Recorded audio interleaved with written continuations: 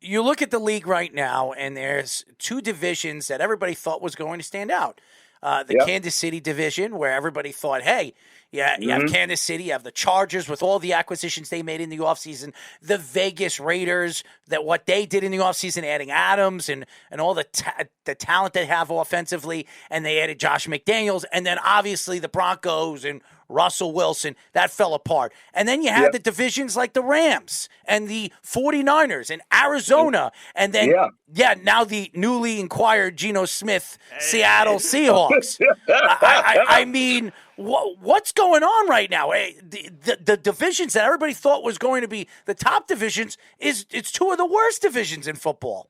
Well, they paper champions. Hey, when you're a paper champion, that means you ain't played no football. Just because you put pieces together don't make them great. I know that personally from being a Washington football player. We could go out and get the best pieces. That don't make you the best team. Football families win championships. Individuals go to Pro Bowls. So that's fine. At the end of the day, well, you think about it with Denver.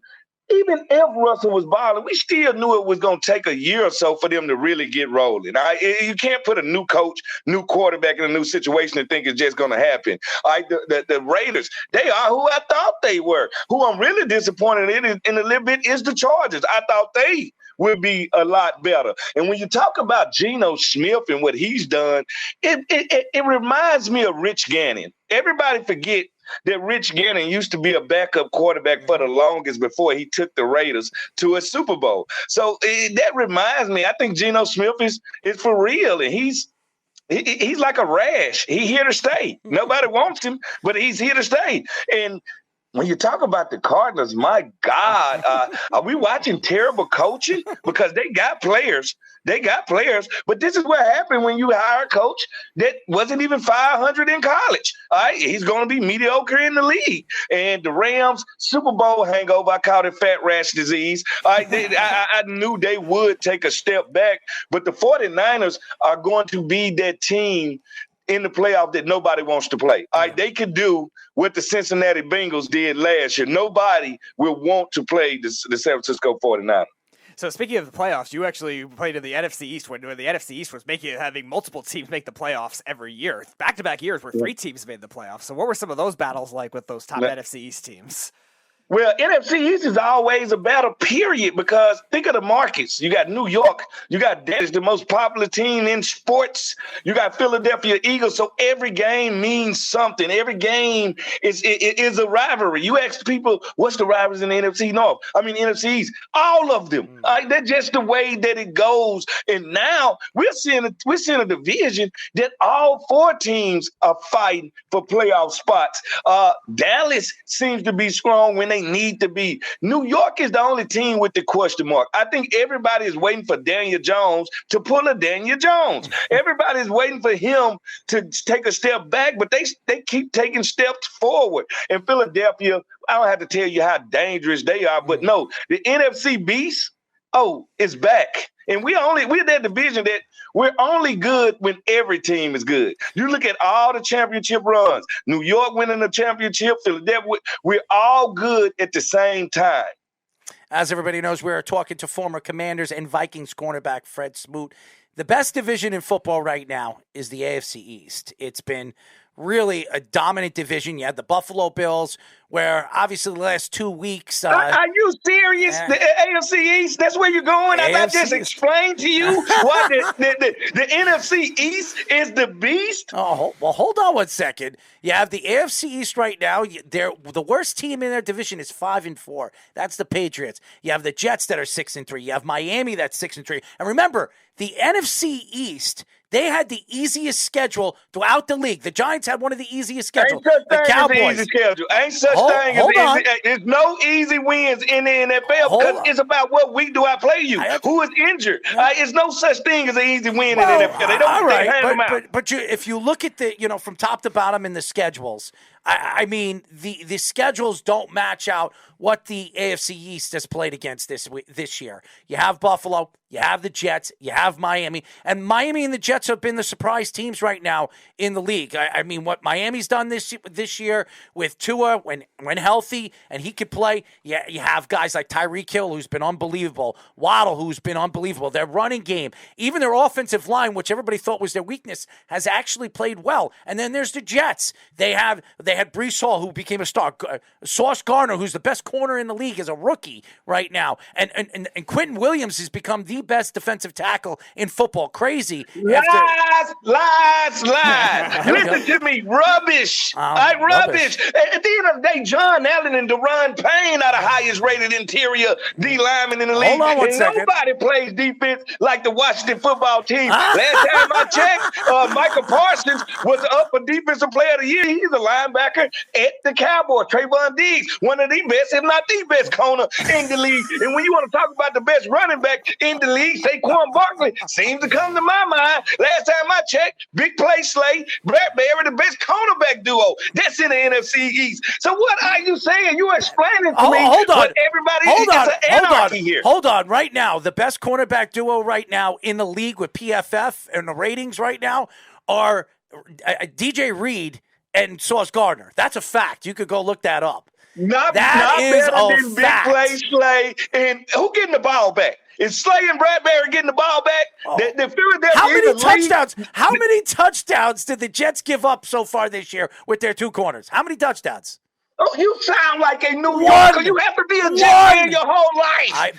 I'm a Jet fan, no question. Oh, but I knew it had to be Jet. I'm Jet fuel on you. Fred, I am an honest Jet fan. I always attack the Jets, but the Jets are for real. They are. And if you think that they're not. I believe you. The Jets are for real. You are correct when you say that. But you believe in Zach Wilson as much as you believe in a marathon runner with a hernia. You know you don't believe in Zach Wilson. Hold on one second. And first of all, anybody that knows when Zach Wilson was drafted, I rooted on that move for the Jets. Now, Zach Wilson is a guy that I think the Jets have to take the handcuffs on and let him play his game. They have not done that yet because they want to run the ball before they throw the ball. And their offensive line has been really, really good. You added Dwayne Brown to that offensive line. He is a magnificent, and Elijah Vera-Tucker was going to be an all-pro player before he hurt his elbow. He was that good. And then Breece Hall is a beast of a man. They drafted him in the second round. He hurt. You know what? I know. He's going to get as many yards as a dead man for the next couple of months. He is hurt. What you said. James Robinson, yes, there was a hell of a pickup right there.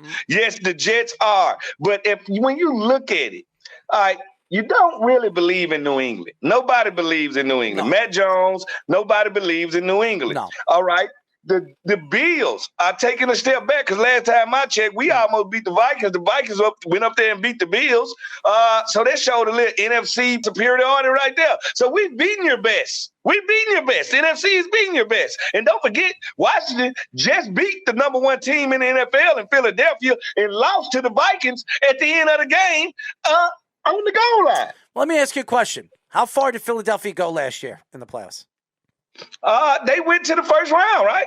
How far did the Cowboys go in the playoffs last year? They went to the first round. Okay. All right. And how about this? How far did the Commanders go last year in the playoffs? They went home with me, and I haven't played in years. Don't worry, so did the Jets. Now let me ask you this. Let me ask you this. If Buffalo made it to the AFC Championship, it don't matter. They lost. They did. They lost. A loss is a loss. With the other 30 teams watching the Super Bowl. So it don't matter how far. Listen to me. The Bills have the most to lose in this situation. Here go one thing I know about the Bills. Great quarterback. Could be a generational talent quarterback. We know how good he is. In the wintertime, it's all about who can run the ball. And last time I checked, Buffalo can't run the ball. And I said that, and that's why I knew they weren't going to beat the Jets. I was the only person in this world when I almost called the score of the game. I said the Jets were going to win, what was it, 21-17? Yeah, it was 20. And it was 2017. I called the score. I said the Jets are going to run it down their throats. And the one thing the Jets could do, stop Diggs and stop Davis. And if they stop both of them, there is no way Buffalo's winning that game. And I said everything they did in that game, they won. And Buffalo does have deficiencies. They do. Yep. They're not a good run-stopping team. They're not, and they've proven it. The Jets proved it in the fourth quarter. They ran it right up the gut every single time, especially in the fourth quarter. 6 minutes, they ran the ball down their throats. And if you do that against Buffalo, you can win. The problem right now with the NFC East, there are three things that I could pick out in the NFC East that stands out. The Giants, look who they've played. They've played nobody. Okay, they've beaten.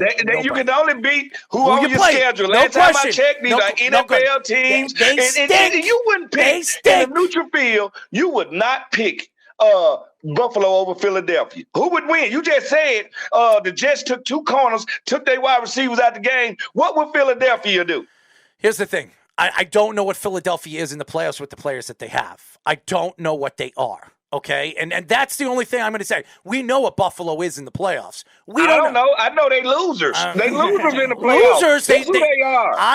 Honestly, they went to an AFC title game and had one of the greatest games we've ever seen in NFL playoff game. And they lost. And they did. And I'll admit they lost. But again, I don't know what these teams are in the playoffs. And by the way, the Cowboys, until they win the big game, which, by the way, they haven't done since the 90s, I don't trust that they're going to do anything. And I like Taylor Heinicke. And by the way, Taylor Heinicke should win that job.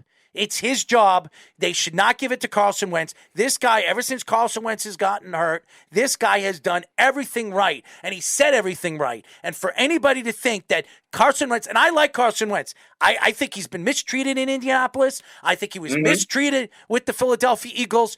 I think he's a good quarterback. And by the way, I'm laughing at Indianapolis right now because they could have him as the quarterback instead of Joe Schmo or Matt Ryan, who looks like his leg's falling off. Okay? Yeah. Matt Ryan is fit. Matt Ryan retired 3 years ago and didn't tell nobody.